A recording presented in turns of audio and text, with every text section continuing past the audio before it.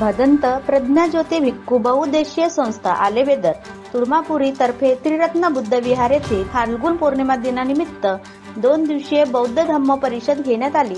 या प्रसंगी भिक्खू महापंत नागपूर, भंते सुगंध, भंते धम्मसेवक, भंते सूर्यज्योती, भंते डॉक्टर धम्मोदय, भंते प्रसिद्ध ज्योती, भिक्खुनी विशाखा, भिक्खुनी बुद्धकन्या, भंते नागसेन, भंते आनंद, संस्थेचे सचिव रोशन भोवते इत्यादी मान्यवरांच्या उपस्थितीत बौद्ध धम्म परिषद घेण्यात आली।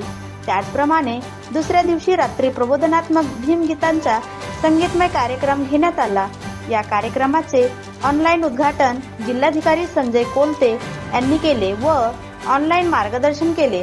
त्याचप्रमाणे या प्रसंगी सामाजिक न्याय विभाग नागपूरचे उपायुक्त सिद्धार्थ गायकवाड, भंडारा वन विभागाचे उपरक्षक गवई, सामाजिक कार्यकर्ते रोशनी गायकवाड, समाज कल्याण सभापती शीतल राऊत, सामाजिक कार्यकर्ते भाई परमानंद मेश्राम, अचल मेश्राम, प्रकल्प अधिकारी शीतल गार्डलिंग, सरपंच नरेश राऊत, किशोर उके, प्रशांत गणवीर, उपसरपंच घरत दीपक मेश्राम, सामाजिक कार्यकर्ते टीजी रंगारी, प्रज्ञा दिरबुडे, भावेश कोटांगले, मनोज कोटांगले, नितीन रामटेके, वसंत रामटेके व देवराव रामटेके इत्यादी मान्यवर उपस्थित होते।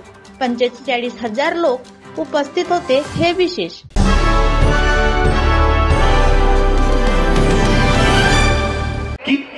अनेक बाळाची जेव्हा उत्पत्ती होते ते रोगांनी घेऊन ते येत असतात।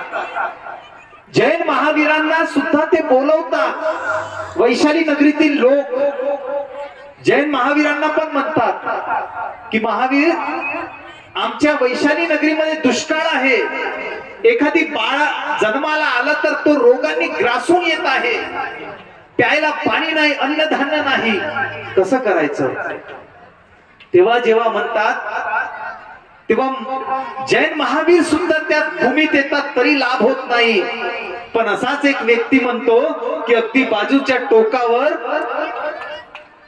या वैशाली नगरीच्या लगत जवळ भगवान बुद्ध आहेत, तुम्ही एकदा त्यांना जाऊन या। आणि जेव्हा भगवान बुद्ध त्या वैशाली नगरीमध्ये जातात, फक्त काय करतात? फक्त उपासक उपासिकेंना फक्त रतन सुत्ताचा उपदेश करतात। कोणता? रतन सुत्ताचा।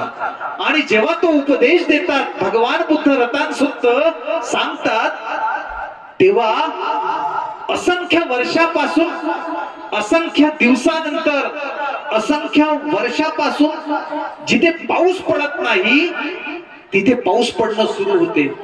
लोकांना ते स्वप्न वाटते की आम्ही अनेक वर्षापासून पाऊस बघत नाही आहोत, इथे आता पाऊस कसा पडायला लागला? आणि ते सारी वैशाली जी नगरी आहे, ही सारी नगरी आनंदाने बहरून जाते। आणि जेव्हा ती आनंदाने बहरून जाते तेव्हा त्या नगरीमध्ये, त्या नगरीतून फक्त एकच आवाज असतो, तो म्हणजे सम्यक संबुद्धांचा।